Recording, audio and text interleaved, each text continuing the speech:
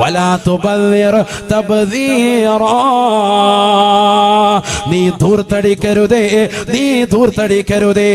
സ്വന്തം ഭർത്താവ് തനിക്ക് നൽകുന്ന സമ്പത്ത് എന്റെ പ്രിയപ്പെട്ട വെളുത്തവൺ ഒരുമിച്ച് കൂടി ആയിരക്കണക്കിന് പ്രിയപ്പെട്ട പെങ്ങളെ, സഹോദരിമാരെ, ധൂർത്തടിക്കരുതേ, ധൂർത്തടിക്കരുതേ. നിന്റെ പ്രിയപ്പെട്ട ഭർത്താവ് പ്രവാസ ലോകത്ത് നിന്ന് മാസങ്ങൾ നിനക്ക് കൃത്യമായി പണം അയച്ചു തരുമ്പോഴും ആ പണം എന്റെ പ്രിയപ്പെട്ട ഭർത്താവ് ഒരുപാട് പണമുള്ളവനാണ്, പവറുള്ളവനാണെന്ന് മനസ്സിലാക്കിക്കൊണ്ട് ധൂർത്തടിക്കരുതേ.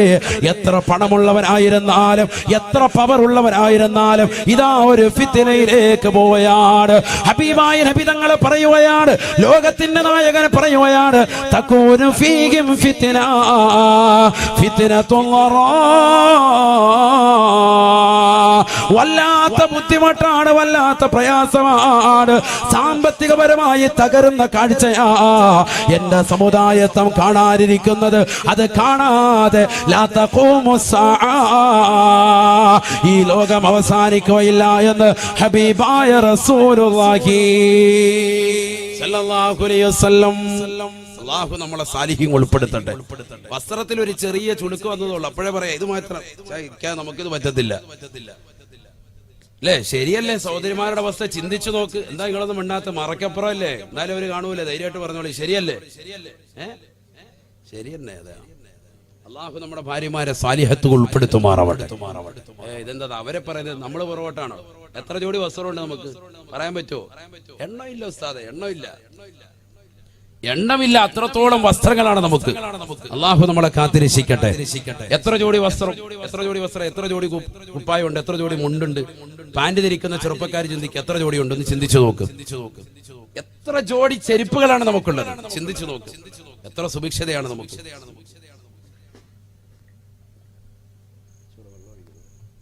അങ്ങനെ മുന്നോട്ട് പോകുമ്പോഴായിരിക്കും ഏത് ഫിത്ന വരിക, ഫിത്നത്തുല്ലറാ വരിക എന്ന് സയ്യിദുനാ റസൂലുള്ളാഹി. കസേര ഇട്ട് കഴിഞ്ഞില്ലേ? ഇനി ഉണ്ടോ? ഇടയിൽ എവിടെയെങ്കിലും കസേര കിടപ്പുണ്ടെങ്കിൽ ഒന്ന് എടുത്ത് ബാക്കിലോട്ട് ഇട്ടോളി. ഉണ്ടോ? അവിടെ എവിടെയെങ്കിലും ഉണ്ടോ? ഒഴിവുള്ള ഏതെങ്കിലും കസേര കിടപ്പുണ്ടോ? കഴിഞ്ഞോ? ഇവിടെ എവിടെയെങ്കിലും ഉണ്ടെങ്കിൽ, നിങ്ങളുടെ ഇടയിൽ എവിടെയെങ്കിലും കിടപ്പുണ്ടെങ്കിൽ ഒന്ന് സൈഡിലോട്ട് ഒന്ന് ഇട്ട് കൊടുത്താൽ മതി.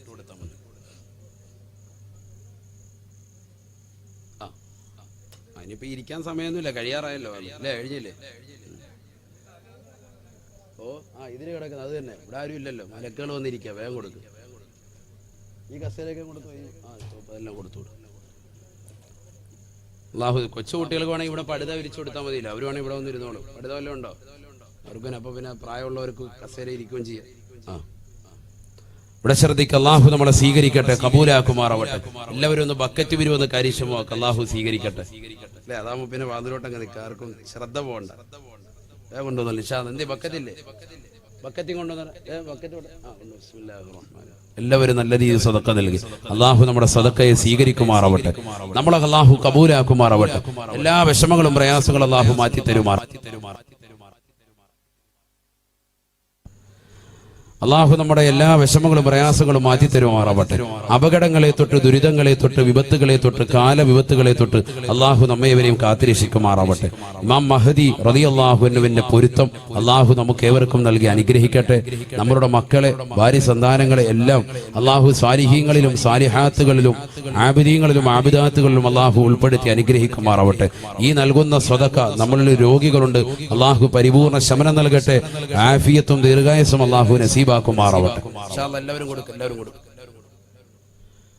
എല്ലാവരും സഹോദരിമാരുടെ ഭാഗത്തേക്കും ചെല്ലി നിയ്യത്ത് വെച്ചുകൊണ്ട് സദക്ക നൽകുന്നവർ, സ്വർണത്തിന്റെ മോതിരം കൊടുക്കുന്നവർ, അല്ലാതെ നിയ്യത്ത് വെച്ച് 6666 5000 ഒക്കെ കൊടുക്കുന്ന സഹോദരങ്ങളെ നേരത്തെ തന്നെ കൊണ്ട് കൊടുത്തോളി. അല്ലാഹു സ്വീകരിക്കട്ടെ. ഇത്ര നേരം വാഴ്ന്നു നിൽക്കാം. അല്ലാഹു തൗഫീഖ് തരട്ടെ അല്ലേ? അല്ലാഹു സ്വീകരിക്കുമാറാവട്ടെ. ഒരുപാട് ആളുകൾ നിയ്യത്ത് വെച്ചവരുണ്ട്. എന്നെ ഇന്നലെ തന്നെ ഒരു സഹോദരൻ വിളിച്ചിട്ട് പറഞ്ഞു, എന്റെ വല്യുമ്മ തീരെ സുഖമില്ലാതെ കിടക്കാണ്, ഉമ്മ സുഖമില്ലാതെ കിടക്കാണ്, കിംസ് ഹോസ്പിറ്റലിൽ 6666 രൂപ ഇൻഷാ അല്ലാഹ് എന്റെ വകയുണ്ടെന്നൊരു സഹോദരൻ. അല്ലാഹു പ്രിയപ്പെട്ട ഉമ്മയ്ക്ക് ആഫിയത്ത് കൊടുക്കട്ടെ, ദീർഘായുസ്സ് അല്ലാഹു നസീബാക്കുമാറാവട്ടെ, പരിപൂർണ്ണ ശമനം അല്ലാഹു നൽകി അനുഗ്രഹിക്കട്ടെ. അങ്ങനെ നേരത്തെ തന്നെ വിനീതനോട് വിളിച്ചു പറയുന്ന ഒരുപാട് ആളുകളുണ്ട്. അല്ലാഹുവിനെയൊക്കെ സ്വീകരിക്കട്ടെ. അവരുടെ സ്വതക്കകളൊക്കെ അല്ലാഹു നാളെ ആഖിറത്തിൽ ഉപകരിക്കുന്നതാക്കുമാറാവട്ടെ. എല്ലാവരും ഇൻഷാ അല്ലാഹ് കൊടുക്കുക. നമ്മളെ കൊണ്ട് കഴിയുന്ന സദഖ കൊടുക്കുക. നമ്മൾ ഈ സദസ്സിൽ വന്നതാണ്, ഇൽമിന്റെ സദസ്സാണ് ഇരിക്കുന്നത്. ഓരോരുത്തർക്കും ഓരോ നിയ്യത്തുണ്ട്. ആ നിയ്യത്തനുസരിച്ച് നൽകി അല്ലാഹു നമ്മുടെ നിയ്യത്തുകൾ സാധൂകരിച്ച് നൽകട്ടെ. ഇവിടെ ശ്രദ്ധിക്കും. അപ്പൊ ഈ ലോകം അവസാനിക്കുന്നതിന് മുമ്പ് ഒരു ഫിത്തിന കടന്നു വരാൻ പോവാണ്. ആ ഫിത്തിനെ കുറിച്ചാണ് പ്രവാചകൻ പറഞ്ഞത്, ഫിത്തിനത്തുൽ ളറാ, സർവ്വരെയും ബുദ്ധിമുട്ടിക്കുന്ന ഒരു ഫിത്തിനയാണത്. സാമ്പത്തികപരമായി പരാധീനത അനുഭവിക്കുക, വളരെ കഷ്ടപ്പാടുകളും ദുരിതത്തിലുമായി ജനങ്ങൾ നീങ്ങുക. അതെപ്പോഴാ കടന്നു വരിക? ബഅദ ഫിത്നത്തിൻ സറാ, സുഭിക്ഷതയാകുന്ന ഒരു ഫിത്നയുടെ കാലഘട്ടത്തിന് ശേഷമാണ്. അതാണ് ഞാൻ സൂചിപ്പിച്ചത്, അത് ഈ കാലഘട്ടം അല്ലേ എന്ന് നമ്മളൊന്ന് ചിന്തിക്കാൻ കഴിയും. കാരണം നമുക്ക് നല്ല സുഭിക്ഷതയാണ്, കാര്യങ്ങളൊക്കെ നടന്നു പോവുകയാണ്. പഴയ കാലഘട്ടത്തെ അപേക്ഷിച്ച് പണ്ട് ഒരു ബിരിയാണി ചെമ്പ് എവിടെയെങ്കിലും ഒരു പൊട്ടിക്കുമെങ്കിൽ അങ്ങോട്ട് കല്യാണം വിളിക്കുക പോലും വേണ്ട, ആൾക്കാർ അങ്ങോട്ട് പോകുമായിരുന്നു. ഇന്നിപ്പം സ്വന്തം വീടിന്റെ അപ്പുറത്ത് ഭക്ഷണം വലിയ വെച്ച് വിളമ്പി വിളിച്ചാൽ പോലും, കല്യാണം വിളിച്ചാൽ പോലും, ഒരു 3-ന് വിളിച്ചാലും 7-ന് വിളിച്ചാലും ബിരിയാണി ഉണ്ടായാലും എന്ത് വിഷയം ഉണ്ടായാലും നമ്മളില്ല എന്ന് പറയാം. കാരണം എന്താ? അവനവന്റെ വീട്ടിൽ സുഭിക്ഷത കടന്നു വന്നു. അതാണ് പോകാൻ തയ്യാറാകാത്തതിന്റെ ഒന്നാമത്തെ കാരണം. നമ്മുടെ വീട്ടിൽ നല്ല റാഹത്തായ ഫുഡുണ്ട്, പിന്നെ എന്തിനാ അവിടെ പോകുന്നത്? അതുകൊണ്ട് പോകണ്ട എന്നുള്ള ഒരു കാഴ്ചപ്പാട്. ഞായറാഴ്ച ദിവസം നമ്മൾ വീട്ടിൽ അല്പം ഇറച്ചി വാങ്ങിയാൽ മറ്റൊരു കല്യാണത്തിന് സഹോദരന്റെ വീട്ടിലേക്ക് പോകാത്ത അവസ്ഥ. കാരണം എന്താ? ആ ഇറച്ചി വാങ്ങാനുള്ള സൗഭാഗ്യം, അതിനുള്ള ഒരു ആസ്തിത്വം അള്ളാഹു നമുക്ക് നൽകി എന്നുള്ളതാണ്. ഇങ്ങനെ ഒരു സാമ്പത്തികമാകുന്ന ഖൈറിലും ബറക്കത്തിലും ജനങ്ങൾ മുന്നോട്ട് പോകുമ്പോ ഒരു ബുദ്ധിമുട്ട് അവർക്ക് വല്ലാതെ കടന്നു വരും. ഇതിങ്ങനെ കാർന്നു പിടിച്ചുകൊണ്ടിരിക്കുകയാണ്. ഇത് തീരൂല. ഇത് എല്ലാവർക്കും വരികയാണ്. തങ്ങൾ വീണ്ടും പറയുകയാണ്, ജനങ്ങൾ മുഴുവനും ഈ ഫിത്നയിലൂടെ മുന്നോട്ട് പോയിക്കൊണ്ടിരിക്കുമ്പോ വിശ്വാസികളും അവിശ്വാസികളും നിരീശ്വരവാദികളും യുക്തിവാദികളും എല്ലാവരും ഈ ഫിത്നയിലൂടെ മുന്നോട്ട് പോയിക്കൊണ്ടിരിക്കുമ്പോ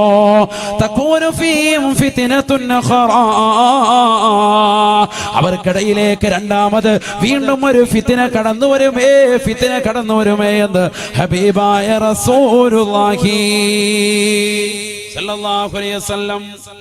ജനങ്ങൾ മുഴുവനും ഇങ്ങനെ ഈ ഫിത്ന ഇങ്ങനെ ഇത് തീരും, ഇത് നാളെ തീരും, മറ്റന്നാൾ തീരും എന്നൊക്കെ പറഞ്ഞ് ഇങ്ങനെ നിൽക്കുമ്പോ ഗ്യാസിന് വില കൂടുന്നു, ഓരോരോ വിഷയങ്ങൾ ഇങ്ങനെ വരികയാണ്. വില ഇങ്ങനെ കൂടിക്കൊണ്ടിരിക്കുക, കുത്തനെ ഒന്നിനും കുറവ് വരൂല. കുറവ് വരുമെന്നൊക്കെ ഇങ്ങനെ പറച്ചിലുണ്ടെങ്കിൽ അല്ലാഹു കുറയുന്നില്ല, ഇതിങ്ങനെ കൂടിക്കൊണ്ടേയിരിക്കും. ആര് പറയാ? സയ്യിദുനാ റസൂലുള്ളാഹി.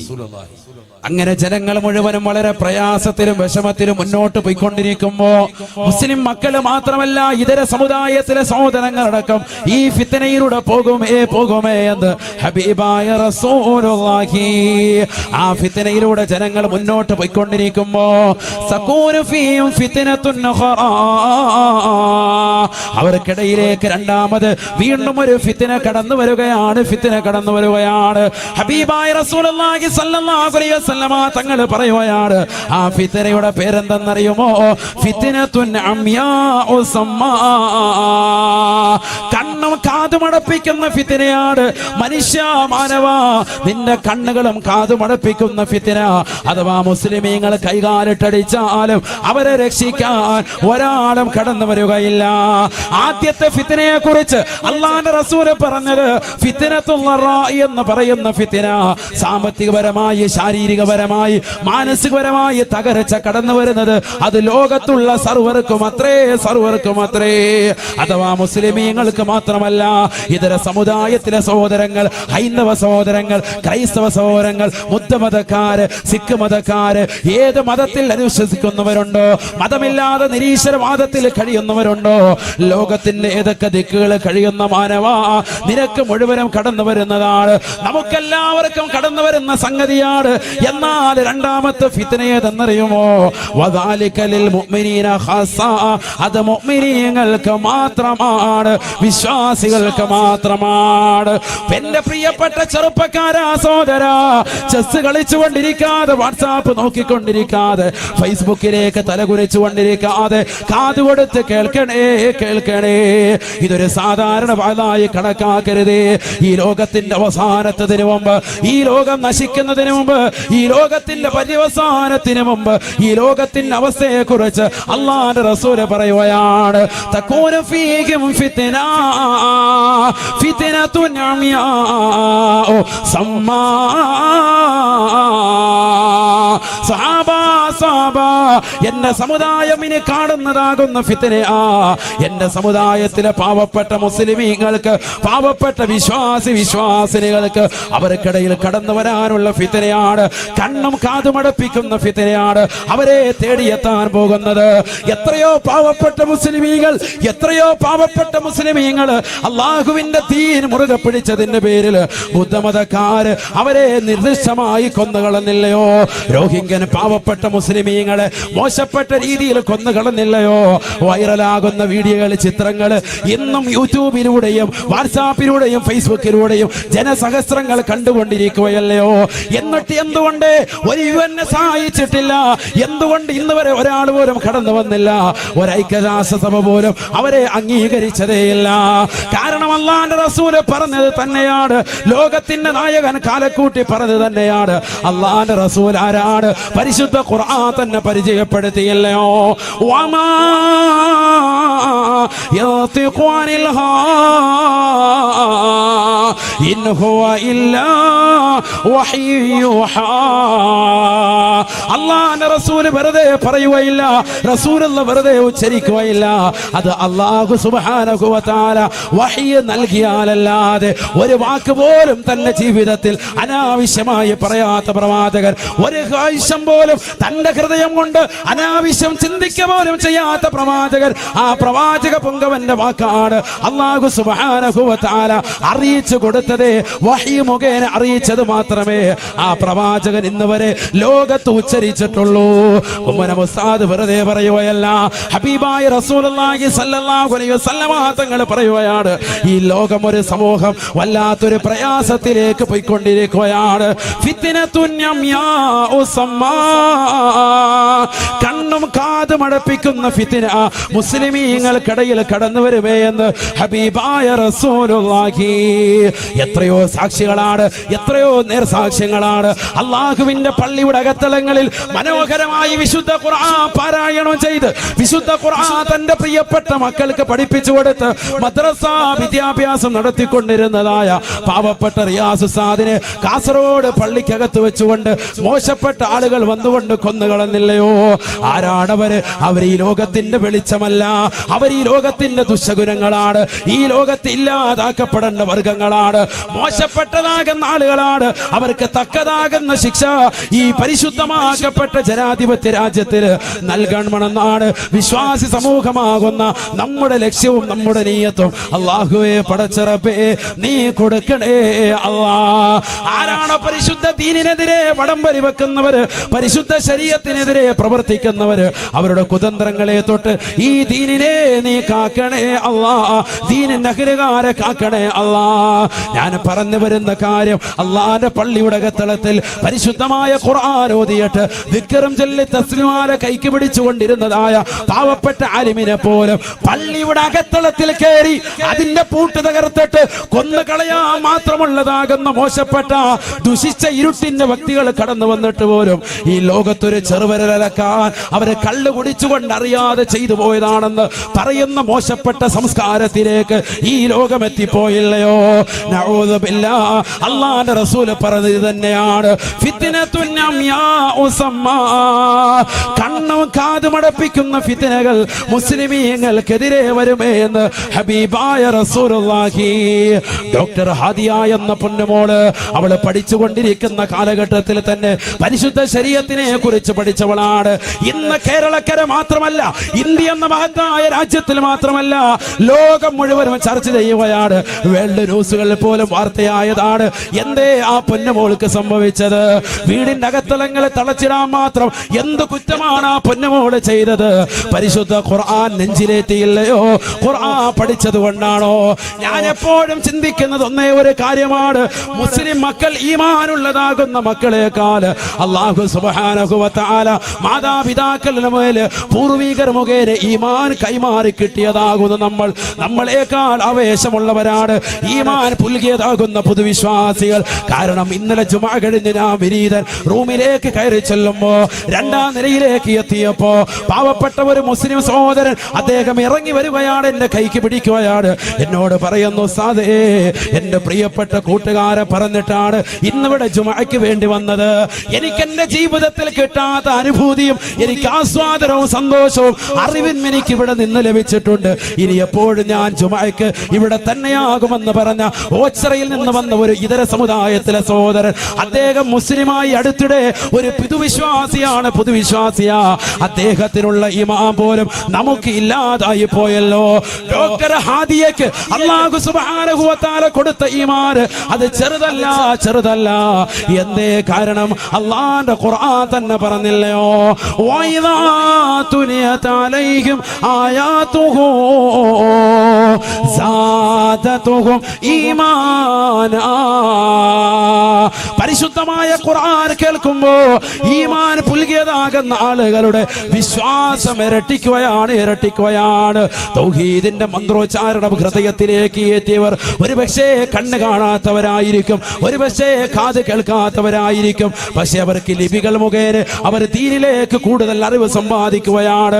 പരിശുദ്ധമായ ഖുർആൻ കേൾക്കുകയും പരിശുദ്ധമായ ദീൻ മനസ്സിലാക്കുകയും ചെയ്തുകൊണ്ട് കടന്നു വന്നതായ എത്രയെത്ര പുതുവിശ്വാസികളാ.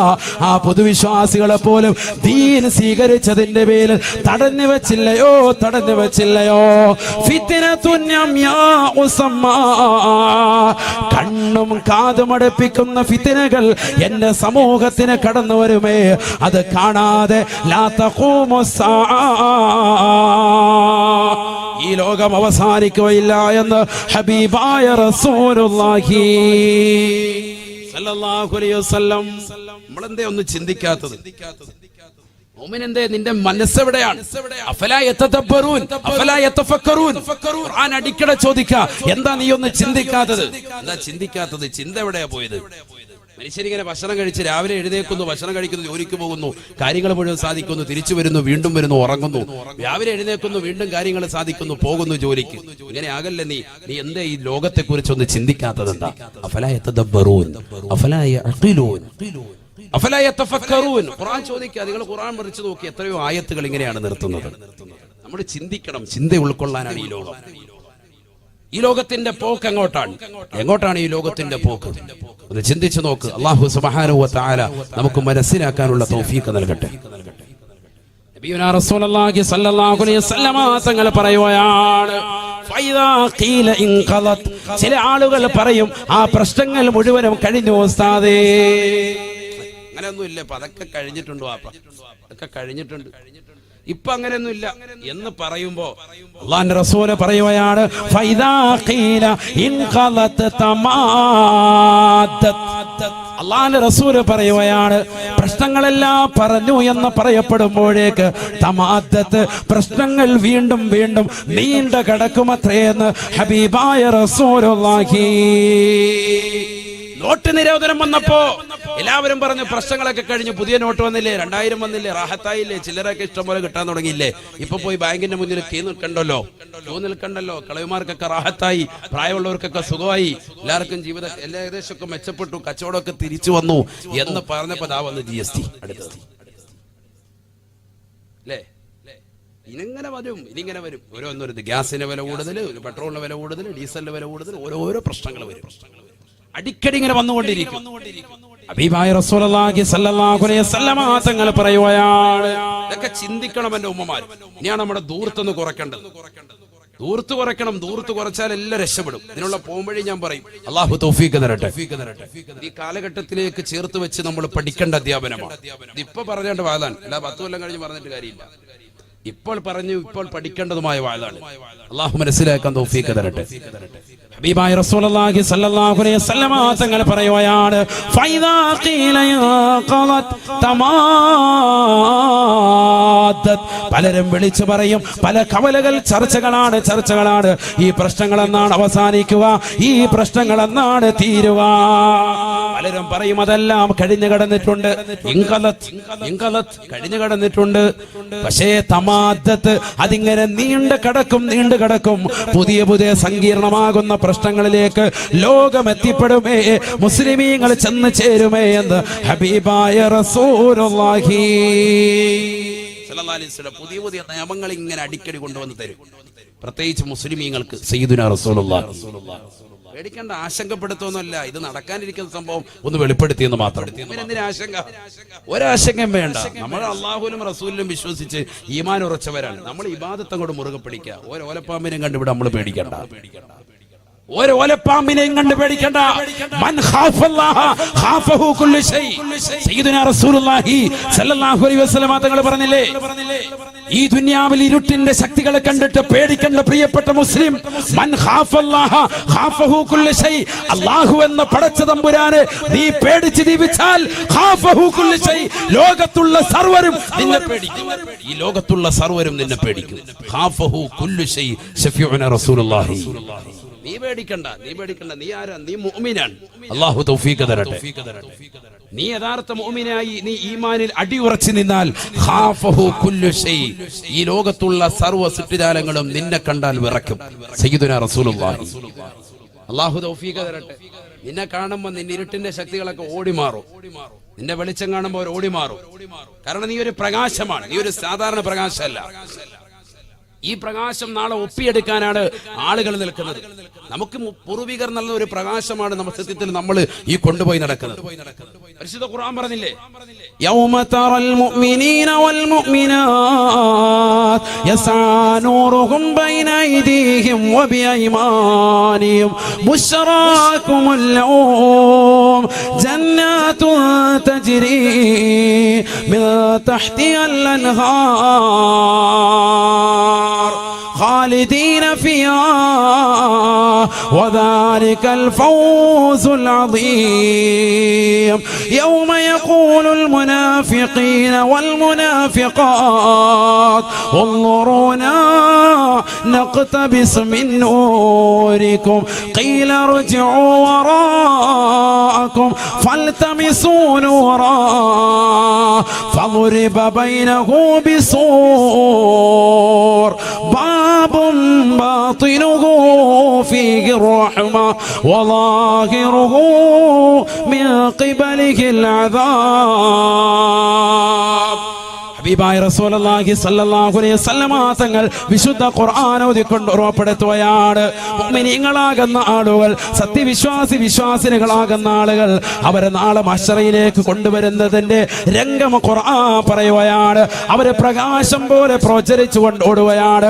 ഖബറിൽ നിന്ന് അവർ എഴുന്നേൽക്കുമ്പോൾ തന്നെ ഒരു പ്രകാശമാണ്, ആ പ്രകാശം അങ്ങോട്ട് സ്വർഗത്തിലേക്ക് ഓടുകയാണ്, മഹ്ശറയിലേക്ക് ഓടിച്ചെല്ലുകയാണ്. يوم ترى المؤمنين والمؤمنات يسعى نورهم بين أيديهم وبأيمانهم. മുഅ്മിനീങ്ങളാകുന്ന ആളുകൾ അവരുടെ പ്രകാശത്തോടുകൂടി സ്വർഗത്തിലേക്ക് ഓടുമ്പോ മുനാഫിക്കുകൾ വിളിച്ചു പറയുമത്രേ, ഉൻദുറൂനാ نقتبس من نوركم قيل ارجعوا وراءكم فالتمسوا نورا. മുഅ്മിനീങ്ങളാകുന്ന ആളുകൾ പ്രകാശത്തിന്റെ പ്രോജ്വല പ്രഭയായി ഖബറിൽ നിന്ന് മഹ്ശറയിലേക്ക് എഴുന്നേറ്റ് പോകുമ്പോ ആ മുഅ്മിനീങ്ങളുടെ പ്രകാശം കണ്ടുകൊണ്ട് മുനാഫിക്കുകളാകുന്ന ആളുകൾ, കപട വിശ്വാസികളാകുന്ന ആളുകൾ, ഈ ദുനിയാവിൽ ഇരുട്ടിന്റെ മറവിൽ നിന്നുകൊണ്ട് കൊങ്ങനം കുത്തിയതാകുന്ന ആളുകൾ, പരിശുദ്ധ ശരീഅത്തനുസരിച്ചുകൊണ്ട് നീ ജീവിക്കുമ്പോ അള്ളാന്റെ പള്ളിയിൽ നിന്ന് ബാങ്ക് വിളി കേട്ടുകൊണ്ട് നമസ്കരിക്കാൻ വേണ്ടി നീ പുറത്തേക്ക് ഇറങ്ങുമ്പോ അള്ളാന്റെ പള്ളിയിലേക്ക് ഒതുവെടുത്തുകൊണ്ട് ഇഅ്തികാഫിന്റെ നിയ്യത്ത് വെച്ചുകൊണ്ട് ഇമാമിന്റെ വലതു ഭാഗത്തേക്ക് കയറി നിൽക്കുമ്പോ നിന്നെ കളിയാക്കിയ മുനാഫിക്കില്ലയോ, നിന്നെ കളിയാക്കിയതാകുന്ന അവിശ്വാസികളില്ലയോ, അവർ വിളിച്ചു ചോദിക്കുമത്രേ ഈ ദുനിയാവിൽ ഇരുട്ടിന്റെ ശക്തികൾക്ക് വശംവദരായവരാണ്. ഈ ദുനിയാവിൽ വെളിച്ചം നശിക്കാൻ, തീ നശിക്കാൻ വേണ്ടി കഷ്ടപ്പെട്ടവരാണവർ. മോശപ്പെട്ടതാകുന്ന പ്രവണതകൾ കാഴ്ചവെച്ചവരാണ്. അവർ വിളിച്ചു പറയുമത്രേ, ഉൻദുറൂനാ ഉൻദുറൂനാ നഖ്തബിസ് മിൻ നൂരിക്കും, ഞങ്ങളിലേക്കൊന്ന് നോക്കണേ, ഞങ്ങളിലേക്കൊന്ന് തിരിഞ്ഞൊന്ന് നോക്കണേ, ഞങ്ങളൊന്ന് നിങ്ങളെ ഒന്ന് കണ്ടോട്ടെ, നിങ്ങളിൽ നിന്ന് ഞങ്ങൾ നിങ്ങളുടെ പ്രകാശത്തെ ഒപ്പിയെടുത്തോട്ടെ.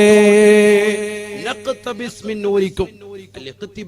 എന്താ ഇഖ്തിബാസ് എന്ന് പറഞ്ഞാൽ നിങ്ങളുടെ പ്രകാശം ഒന്ന് ഒപ്പിയെടുക്കട്ടെ.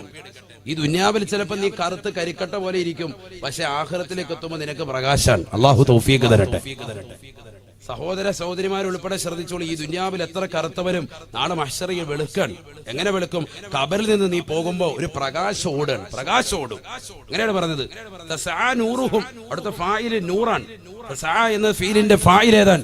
ആരാണ് ഓടുന്നത്? നൂറുഹും, അവരുടെ പ്രകാശം ഓടും. പരിശുദ്ധ ഖുർആൻ.